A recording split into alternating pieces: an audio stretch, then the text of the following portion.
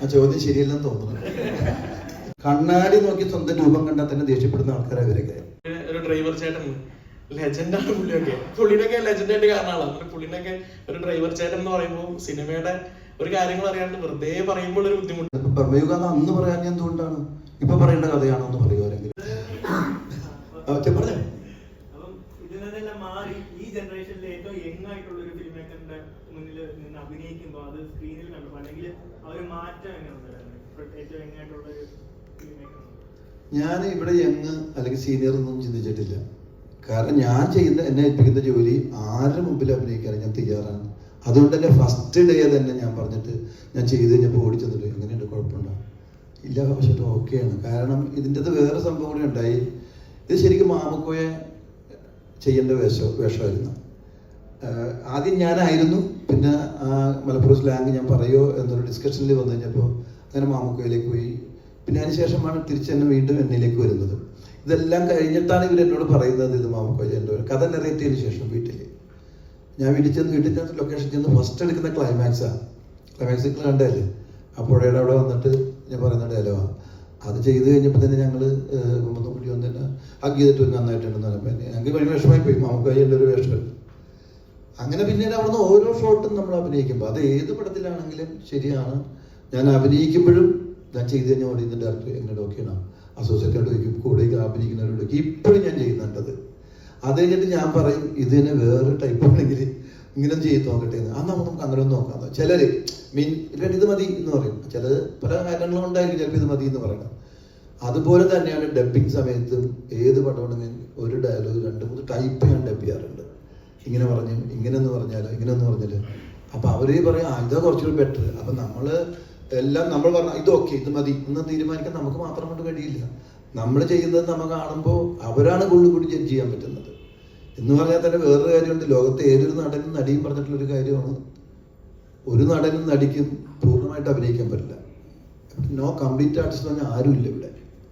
കാരണം എന്താ വെച്ചാല് നമ്മൾ അഭിനയിച്ച സംഭവം നമ്മൾ സ്ക്രീനിൽ കണ്ടു കഴിഞ്ഞാൽ അവിടെ കുറച്ചുകൂടി നന്നാക്കുക എന്ന് വേൾഡ് ടോക്കാണത്. അതുകൊണ്ട് ഒരിക്കലും പൂർണ്ണമായിട്ട് അഭിനയിക്കാൻ പറ്റില്ല.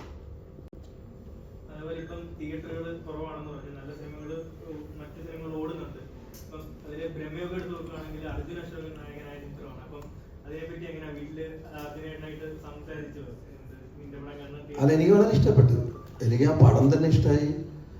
എല്ലാ ഗംഭീരമായിട്ട് അഭിനയിച്ചു. എല്ലാ സൈഡും ഗംഭീരമാണ് അതിൻ്റെ. അപ്പൊ അത് ഓരോ തരത്തിൽ പറയാൻ പറ്റില്ല. മോഹനിൽ നിന്ന് ഒരിക്കലും ഞാൻ അത്രയും നല്ല പെർഫോമൻസ് ഞാൻ പ്രതീക്ഷിച്ചില്ല. കാരണം ഈ പടം അഭിനയിക്കാൻ പോകുമ്പോഴും പറയാ ഞാൻ പോവാണ്, എന്നെ പടമാണ്, അതിനെക്കുറിച്ച് വിശദീകരിച്ച് എന്നോട് പറയുമൊന്നുമില്ല. ഞാൻ ഇടയ്ക്ക് വിളിക്കും, എവിടെയാണ്, എങ്ങനെയുണ്ട്, എന്തായിരുന്നു എന്നൊക്കെ കുഴപ്പമില്ല അങ്ങനെ പറയുള്ളൂ. എല്ലാം ഗംഭീരം എന്ന് ഒരിക്കലും പറയില്ല. കുഴപ്പമില്ല വെച്ചാൽ കഥ വീട്ടിലൊന്നും ഒരു കഥ പറഞ്ഞിട്ട് അവർ പോകും, എങ്ങനെയുണ്ട് കഥ, കുഴപ്പമില്ല എന്ന് പറയുള്ളൂ. അവിടെ സെറ്റിൽ വിളിച്ചാലും കുഴപ്പമില്ല, നന്നായിട്ട് പോകുന്നു ഇങ്ങനെ പറയുള്ളൂ. പക്ഷെ ആ നന്നായിട്ട് പോകുന്നു എന്ന് പറയുന്നത് തന്നെ എനിക്ക് ഈ പടം കണ്ടപ്പോൾ, അവൻ്റെ പല പടങ്ങളും കാണുമ്പോൾ ഞാൻ നന്നായി ചെയ്തിട്ടുണ്ട് നീ എന്ന് പറയും. പക്ഷെ ഈ പടം കണ്ടപ്പോൾ എനിക്ക് ഒരു എക്സ്ട്രാ ഓർഡിനറി, അവൻ കുറച്ചുകൂടി ഭയങ്കര എഫർട്ട് എടുത്ത് ചെയ്ത പോലത്തെ ഒരു ക്യാരക്ടറാണ് അവൻ. അത് ഭംഗിയായിട്ട് അവൻ ചെയ്തിട്ടുണ്ട് എന്ന് തന്നെയാണ് ഞാനും സിനിമ കണ്ടവരും ഒക്കെ പറയുന്നത്. ഇങ്ങനത്തെ ഒരു സ്റ്റോറി നല്ലൊരു സിനിമയാണെങ്കിൽ കൂടി അങ്ങനെ എല്ലാവർക്കും നോട്ടമായിരുന്നില്ല എന്ന് പറയുമ്പോൾ തന്നെ പ്രൊഡ്യൂസറിനുള്ളൊരു നഷ്ടമുണ്ടല്ലോ. അല്ല, ഇത് ശരിക്കും ഇവിടെ കഥ മനസ്സിലാവാഞ്ഞിട്ടുള്ള കുഴപ്പം കൊണ്ടൊന്നുമല്ല. ഞാൻ ഇന്നലെ സത്യം പറയാം, ഇന്നലെ ഒരു തിരക്കഥാകൃത്ത് തന്നെ ഞാൻ വിളിക്കേണ്ടി വന്നു. അത് വേറൊരു കാര്യത്തിന് വേണ്ടി വിളിച്ചിട്ട് പറഞ്ഞ്, അപ്പൊ ആദ്യം പറഞ്ഞു വെച്ചാല് പ്രമേയവും കണ്ടു, ഞാൻ പറയാൻ വിട്ടുപോയി, നന്നായിട്ടുണ്ടെന്ന് പറഞ്ഞ് മറ്റത് കണ്ട് ഇത് കണ്ടത്. ഞാൻ ആ കടകൻ കണ്ട അത് ഇറങ്ങിയ എൻ്റെ കല്യാണ സത്യം എന്നോട് ചോദിച്ചത് ഇന്നലെ. ആളുടെ പേര് ഞാൻ പറയുന്നില്ല. അത് ഇറങ്ങിയോ എന്ന് ചോദിച്ച പലരും ഉണ്ട് ഇങ്ങനെ. അപ്പൊ ആളിലേക്ക് എത്തിയിട്ടില്ല. എടുത്തു പറയുന്ന ഒരു കാര്യം എന്ന് വെച്ച് കഴിഞ്ഞാൽ ഈ മണൽ വാരല് ഒരു 10 വർഷം മുന്നേ അല്ലെങ്കിൽ 20 വർഷം മുന്നേ ആയിരുന്നു ഈ സംഭവങ്ങൾ നടന്നുകൊണ്ടിരുന്നത്. കാരണം പുള്ളി ആ നാട്ടുകാരനാണെന്ന് പറയുന്നുണ്ട്. പക്ഷെ ഈ ഒരു കാലഘട്ടത്തിലേക്ക് വരുമ്പം ഗവൺമെന്റ് ഉൾപ്പെടെ മണൽ വാരലിനെ പ്രോത്സാഹിപ്പിക്കുന്നുണ്ട്. കാരണം മാനുഫാക്ചേഴ്സ് ആൻഡ് ഉപയോഗിച്ചുകൊണ്ടിരിക്കുകയാണ് ഇപ്പോൾ കുറച്ച് കാലമായിട്ട്. അപ്പം ഗവൺമെന്റും അതിനെ പ്രോത്സാഹിപ്പിക്കുന്നുണ്ട്. അപ്പം ഈ ഒരു ടൈമിൽ ഈ ഒരു വിഷയം ആറ്റാമില്ല എന്നുള്ള രീതിയിൽ പറയുന്നുണ്ട്. അപ്പൊ അതിനോടുള്ളൊരു പ്രതികരണം എന്താ? ഇല്ല, ഒന്നാമത്തെ കാര്യം റിവ്യൂസ് എന്ത് കാലം പറഞ്ഞോട്ടെ, അത് കുഴപ്പമില്ല. പക്ഷെ ഞാൻ പറഞ്ഞ കാര്യം എന്താണെന്ന് വെച്ചാല്, ഇപ്പം നേരത്തെ ജിക്കു പറഞ്ഞ പോലെ നമ്മൾ സൗണ്ട് ഡിസൈൻ ചെയ്യാൻ വേണ്ടി പോയ സമയത്ത് അവിടെ നടക്കുന്നുണ്ട്, ഇപ്പോഴും അവിടെ നടക്കുന്നുണ്ട്. ഏർലി മോർണിംഗ് അവിടെ നിലമ്പൂര് മുമ്പാട് പ്രദേശങ്ങളിൽ പോയി കഴിഞ്ഞാൽ ഇപ്പൊ അവിടെ നടക്കുന്ന കാര്യമാണ്. അതിപ്പോ കാലങ്ങളായിട്ട് നടക്കുക. ഞാൻ എന്നും ഡെയിലി കാണുന്നതാണ് അവിടെ. പിന്നെ ഈ മലബാർ ഏരിയയിലൊക്കെ ഈ സംഭവം ഇപ്പോഴും മണലെടുത്തുകൊണ്ടിരിക്കുന്നുണ്ട്. അതില് വലിയ കാര്യമൊന്നുമില്ല. പിന്നെ അത്രേ ഉള്ളൂ. അതാണ് അതിന്റെ ഉത്തരം. ഇപ്പോഴും നടക്കുന്നുണ്ട് എന്നുള്ളതാണ് അതിന്റെ ഉത്തരം. അല്ല, വേറെ കാര്യം പറയട്ടെ. ഇവിടുത്തെ നിയമപരമായിട്ട് ഒരാളും കൈക്കൂലി വാങ്ങാൻ പാടില്ല, അല്ലേ? ശിക്ഷിക്കാം. ഇവിടെ കൈക്കൂലി വാങ്ങുന്നില്ലേ? ഇല്ലേ? പറയാൻ പറ്റുമോ? അറിയില്ലെന്ന്. കൈക്കൂലി വാങ്ങുന്നവർ കൂടുതലാണ്.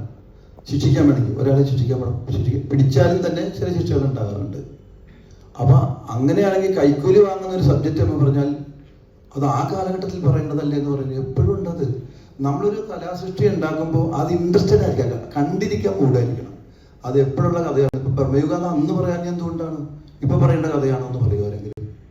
അങ്ങനെ പറഞ്ഞ ഒരാൾ തന്നെ വന്ന് ഞാൻ കണ്ടായിരുന്നത്. അത് ആരാന്ന് എനിക്കറിയാൻ പാടില്ല. ഒരു പടത്തിനെ കുറിച്ച് പറഞ്ഞിട്ട് ഒരു റിവ്യൂ പറയുന്ന ഒരാളാണ്. ഞാൻ അത് ഏതാണെന്ന് എനിക്ക് മനസ്സിലായില്ല. അയാൾ പറഞ്ഞു തുടങ്ങിയിട്ട് ഈ പടത്തിനെ കുറിച്ച് ഒരു പ്രേക്ഷകൻ പറഞ്ഞു തന്നു, പിന്നെ കാണിച്ചു ബ്രഹ്മയുഗത്തിനെ കുറിച്ച്. ഞാൻ കണ്ടു പടം കണ്ടിട്ട് ആകെ ഞാനൊരു 10-15 മിനിറ്റ് തന്നെ ഞാൻ ഉറങ്ങിപ്പോയി.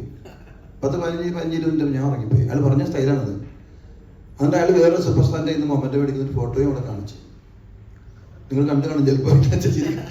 കണ്ടറിയാം നിങ്ങൾ അല്ലല്ലോ, വേറെ അതും കാണിച്ചു. എന്നിട്ട് പിന്നെയും പുള്ളി പറഞ്ഞു പക്ഷെ ക്യാമറ ഒക്കെ ഗംഭീരമായിട്ട് നല്ല മേക്കിംഗ് ആണ്. ഈ 15 മിനിറ്റ് ഉറങ്ങിയ ആൾ ഈ 2-19 മിനിറ്റ് സിനിമ എങ്ങനെ കണ്ടു? മേക്കിംഗ് ഗംഭീരമാണ്, നല്ല ക്യാമറയാണെന്നൊക്കെ പറയാൻ. അപ്പൊ എന്തും പറയാന്നുള്ളതാണ്. ഇപ്പൊ ഈ ഉറുമ്പിന്റെ സ്വഭാവം എന്താണ്? ഉറുമ്പിനെ വീട് നമ്മുടെ നേരത്തിൽ കയറി അത് കടിക്കും, അല്ലേ? അത് ഉറുമ്പിന്റെ സ്വഭാവമാണ്, കുറ്റം പറയാൻ പറ്റില്ല. അതിനമ്മ വെള്ളത്തിൽ കിടക്കണേ കൈയിട്ട് നമ്മളിങ്ങനെ പൊക്കിയെടുത്ത് കരപ്പിലിട്ടാൽ കയറി വരുന്ന സമയത്ത് നമ്മൾ കടിയടിച്ചിട്ടേ പോകുള്ളൂ. അങ്ങനെ ചില റിവ്യൂസ് പറയുന്ന ആൾക്കാരാണത്. അവർ പറഞ്ഞോട്ടെ, നേരാകാൻ വലിയ ബുദ്ധിമുട്ടാണ്. അവർ പറഞ്ഞിട്ട് അത് പറഞ്ഞ സിനിമയ്ക്ക് ഒന്നും സംഭവിക്കാൻ പറ്റില്ല. കണ്ണാടി നോക്കി സ്വന്തം രൂപം കണ്ടാൽ തന്നെ ദേഷ്യപ്പെടുന്ന ആൾക്കാരെ അവരൊക്കെ. അതാണ്, അത് സൃഷ്ടിയാണ്. അങ്ങനെ അതാരും കുറ്റം പറയാൻ പറ്റില്ല. ഒരു ഡ്രൈവർ ചേട്ടൻ ലെജൻഡാണ് പുള്ളിയൊക്കെ. പുള്ളിനൊക്കെ ലെജൻഡായിട്ട് കാണുന്ന ആളാണ്. പുള്ളിനൊക്കെ ഒരു ഡ്രൈവർ ചേട്ടൻ എന്ന് പറയുമ്പോൾ സിനിമയുടെ ഒരു കാര്യങ്ങൾ അറിയാണ്ട് വെറുതെ പറയുമ്പോൾ ഒരു ബുദ്ധിമുട്ട്. അത്രേ ഉള്ളൂ. റിവ്യൂ പറഞ്ഞോട്ടെ. അവര് നമ്മള് സിനിമ റിലീസാക്കുന്നത് തിയേറ്ററിലാണ്, യൂട്യൂബിനകത്തല്ല. അപ്പം യൂട്യൂബിനകത്ത് റിലീസാക്കി ഈ ഒരു കണ്ടന്റിന് വേണ്ടിയിട്ട് എന്തും പറയാന്നുള്ളത് ശരിയായിട്ടുള്ള കാര്യമില്ല. പക്ഷെ ഈ പറഞ്ഞ പോലെ അവര് പറയണം, അവർക്ക് അവരുടേതായിട്ട് സ്വാതന്ത്ര്യം, അവര് പറഞ്ഞോട്ടെ.